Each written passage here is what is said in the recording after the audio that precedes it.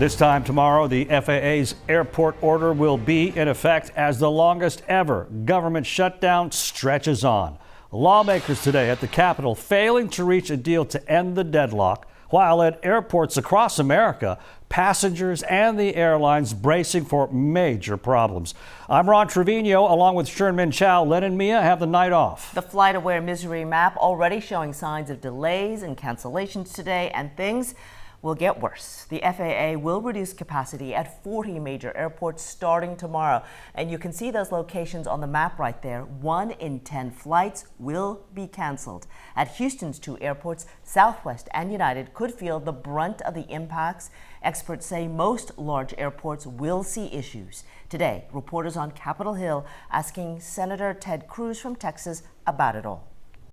It's done to keep people safe. We need to open the government because it's doing enormous damage to the American people. Do you know how many flights are going to be impacted?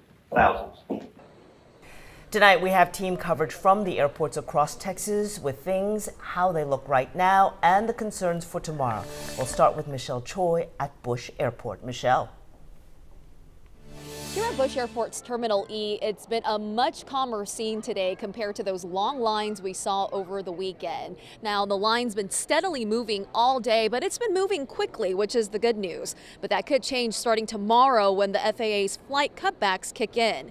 United, Houston's largest carrier, will cancel about 4% of its flights each day through Sunday, roughly 20 round trips, mostly regional routes. So if you're flying United this weekend, check your app now for real-time updates, rebooking options, and refund information.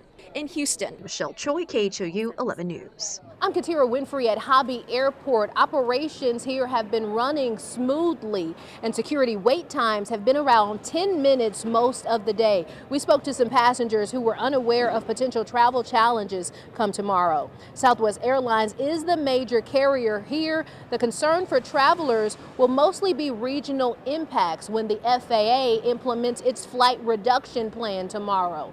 In Houston, I'm Katira Winfrey. I'm Scoop Jefferson at DFW Airport, where today flights are normal, but starting tomorrow, a 10% reduction in flights. That's the FAA's request due to the ongoing government shutdown and a shortage of air traffic controllers. American Airlines, for example, says most travelers won't be affected and no impact on international flights. DFW averages about 2,000 flights a day, so we'll see about 200 flights reduced here at the DFW Airport. Reporting at DFW Airport, I'm Scoop Jefferson.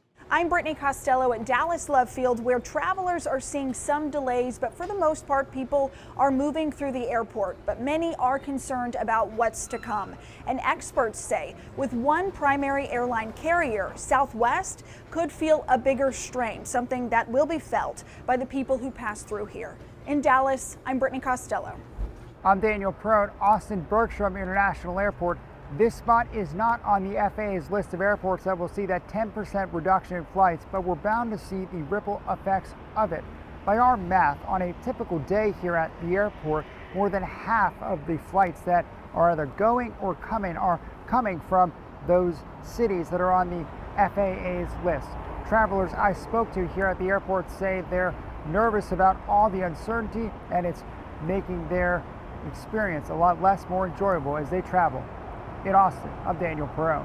I'm Simone Simpson at San Antonio International Airport. We're not one of the markets seeing an air traffic cut, but there are concerns about how connecting flights to and from San Antonio could be affected.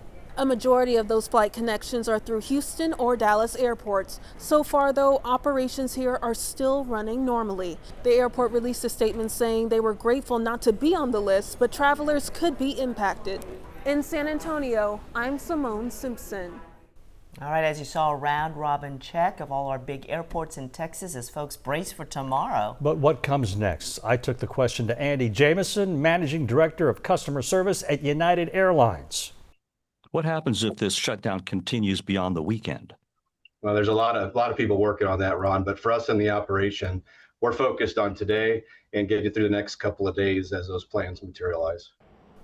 United Airlines answering our questions ahead of tomorrow's big shutdown-related cancellations. And speaking of the shutdown, just a couple of hours ago, a federal judge ordered the Trump administration to find the money to fully fund SNAP benefits for November. The administration had planned to pay nothing this month, then changed course following a court order, first offering half, then 65% of the normal benefit. But tonight, a federal judge says that's not enough.